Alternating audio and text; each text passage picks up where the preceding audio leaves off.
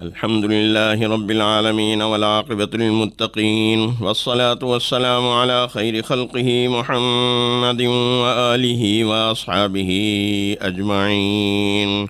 أما بعد فأعوذ بالله من الشيطان الرجيم. بسم الله الرحمن الرحيم. ثم إنكم أيها الضالون المكذبون لآكلون من شجر من زقوم فمالئون منها البطون فشاربون عليه من الحميم فشاربون شرب الهيم هذا نزلهم يوم الدين. صدق اللہ العظیم. ان آیات کریمہ کا ترجمہ سماعت فرمائیے. پھر اے بھٹکنے والو، جھٹلانے والو، تمہیں دوزخ میں درخت زقوم سے کھانا ہوگا، اسی سے اپنا پیٹ بھرو گے، اوپر سے کھولتا ہوا پانی پیو گے، اس بیمار اونٹ کی طرح جو پانی پیتا چلا جاتا ہے لیکن اس کی پیاس نہیں بجھتی. یہ تواضع ہوگی ان کی قیامت کے روز. سورۃ الواقعہ مکی سورہ مبارکہ ہے. اس میں 96 آیات اور 3 رکوع ہیں. یہ سورہ مبارکہ خاص طور پر احوال قیامت کے مضامین پر مشتمل ہے. سورۃ الواقعہ ان چند صورتوں میں سے ہے جن کے متعلق جناب رسول اللہ صلی اللہ علیہ وآلہ وسلم نے ارشاد فرمایا کہ ان صورتوں نے مجھے بوڑھا کر دیا. صحابہ کرام رضوان اللہ عنہم اجمعین اپنے بچوں کو ہر رات سورۃ الواقعہ پڑھنے کی تاکید کرتے تھے اور یہ کہتے تھے کہ اس کی برکت سے تم لوگ مالی پریشانیوں اور غربت و فقر کی مشکلات سے بچے رہو گے.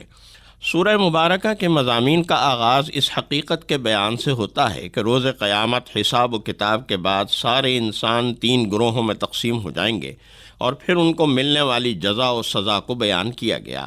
ایک گروہ کو السابقون السابقون کے نام سے یاد کیا گیا اور انہیں مقربین یعنی اللہ کے مقرب بندے کہا گیا.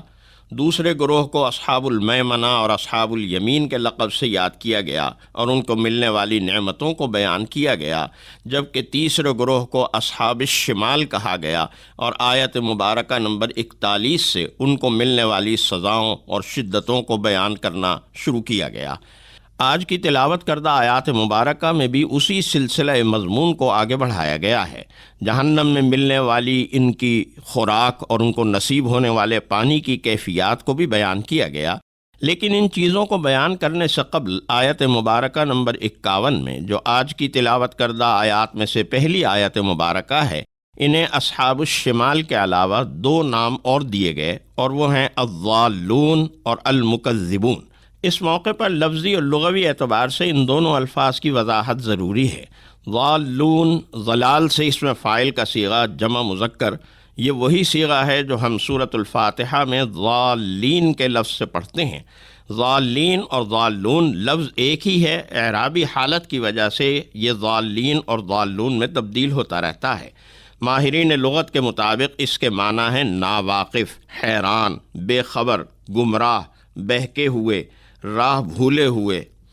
ناواقف کے لیے عربی میں اور بھی بہت سے الفاظ استعمال ہوتے ہیں، لیکن یہاں ضالون کے ساتھ المکذبون کے لفظ نے ان کی ناواقفیت کو اور اس کے صحیح سبب کو بھی واضح کر دیا.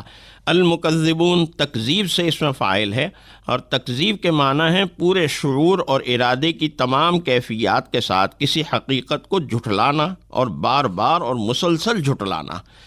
الضالون اور المکذبون دونوں الفاظ جب ایک ساتھ آئے تو اس سے معنی یہ معلوم ہوئے کہ ان لوگوں نے گمراہی کا راستہ اختیار کیا اور بار بار اور شعوری طور پر نبی کریم صلی اللہ علیہ وسلم کی تعلیمات اور آپ کے دعوت دین کو ٹھکرایا اور مسترد کیا. یعنی ان کے گمراہ ہونے کی وجہ یہ نہیں کہ انہیں صحیح بات پتہ نہیں چلی، یا یہ کہ صحیح بات ان تک پہنچی ہی نہیں، یا یہ ایک بار جھٹلانے کی اتنی سخت اور کڑی سزا انہیں دی جا رہی ہے. نہیں، اس حقیقت کو بیان کرنے کے بعد آیات مبارکہ نمبر 52 اور 53 میں اہل جہنم کو جہنم میں جو خوراک دی جائے گی اس کو واضح کیا گیا. لآکلون من شجر من زقوم، کہ یہ لوگ درخت زقوم سے کھانے والے ہوں گے. آیت مبارکہ نمبر 53 میں مزید وضاحت کرتے ہوئے ارشاد فرمایا گیا فمالئون منہ البطون، اسی زقوم سے اپنا پیٹ بھرنے والے ہوں گے، یعنی زقوم کے سوا کوئی اور غذا یا خوراک وہاں کھانے کے لیے میسر نہیں ہوگی۔ ماہرین لغت کے مطابق زقوم کا مادہ زقم ہے، یعنی لقمہ نگلنا، اور اسی سے الزقوم نکلا ہے، اور ساتھ ہی شجرہ کا لفظ شجر کا لفظ سے معلوم ہوتا ہے کہ یہ کوئی جڑی بوٹی نوعیت کی چیز ہے۔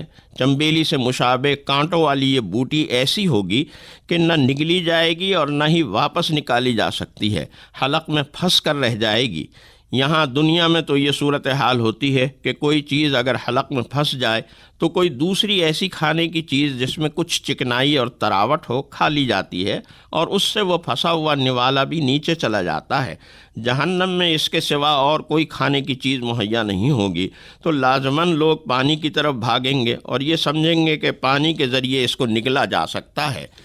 اسی کھانے کو سورۃ الحاقہ میں غسلین کہا گیا ہے، یعنی کھانے کے لیے جو خوراک اہل جہنم کو دی جائے گی اس میں خون اور پیپ کی آمیزش بھی ہوگی، اور اس کھانے کو نگلنے کے لیے جو پانی مہیا ہوگا اسے آیات مبارکہ نمبر 54 اور 55 میں بتایا گیا۔ ارشاد ہوا فشاربون علیہ من الحمیم، کھولتے ہوئے اور ابلتے ہوئے پانی کو حمیم کہا جاتا ہے۔ ایسے دوست کو بھی حمیم کہا جاتا ہے جو ملاقات پر بہت گرم جوشی کا مظاہرہ کرتا ہو۔ پانی کی کیفیت کے ساتھ اس پانی کو پینے والوں کی کیفیت کو بھی بیان کیا گیا۔ فشاربون شرب الہیم، کہ وہ پانی اس طرح پئیں گے جیسے پیاسا اونٹ پانی کی طرف لپکتا ہے۔ اونٹ کی یہ خاصیت ہے کہ وہ لمبا عرصہ پانی کے بغیر گزار دیتا ہے اور اسے پانی کی زیادہ ضرورت نہیں ہوتی۔ یہ لوگ ایسے لپکیں گے جیسے اونٹ بھی پیاسا ہو، یعنی اسے پانی پیے ہوئے بہت لمبا عرصہ گزر چکا ہو۔ ان کی کیفیت ایسی ہوگی، ھذا نزلہم یوم الدین کے الفاظ میں بڑا گہرا طنز ہے۔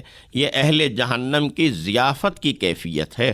ان پر سختی اور عذاب کی شکلیں اس عنوان سے جو کیفیات مسلط ہوں گی وہ تو اس سے بھی کہیں زیادہ تکلیف دہ ہوں گی۔